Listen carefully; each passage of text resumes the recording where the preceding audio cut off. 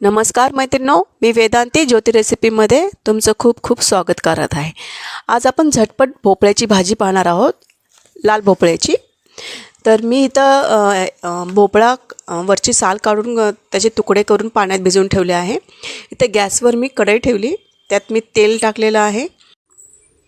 कढईमध्ये तेल टाकलं, तापलं आहे आता ते। त्याच्यामध्ये आपण मोहरी टाकणार आहोत। मोहरी तडतडली की जिरे टाकणार आहोत आणि जिरे तडतडल्यानंतर आपण त्याच्यामध्ये हिंग टाकणार आहोत।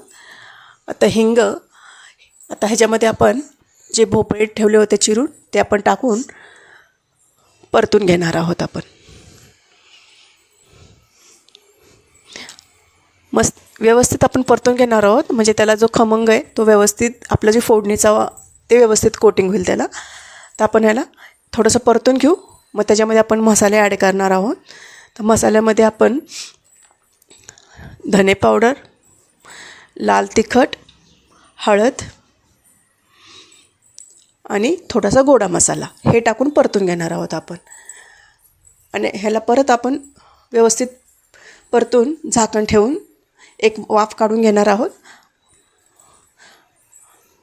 पाणी न टाकायची गरज नाही लागणार त्याला, कारण की ते भोपळा लवकर शिजून निघतो, वाफेवरच शिजतो आणि खूप छान लागतं। आता हे शिजून झाल्यानंतर आपण थोडंसं ह्याच्यामध्ये तुम्हाला हवं असेल तर पाणी टाका, नसेल असं तर पाणी नाही टाकलं तर चालेल। मी ह्याच्यामध्ये थोडंसं दाण्याचा कूट टाकला आहे। दाण्याचा कूट हे बघा, वरतून कोथिंबीर टाकायची। अतिशय सुंदर होती भाजी। डब्याला सकाळ सकाळ जो विचार पडतो की काय भाजी करायची, तर अशा पद्धतीने भाजी नक्की करून बघा। व्हिडिओ आवडला असेल तर लाईक, शेअर, सबस्क्राईब करा। बाय।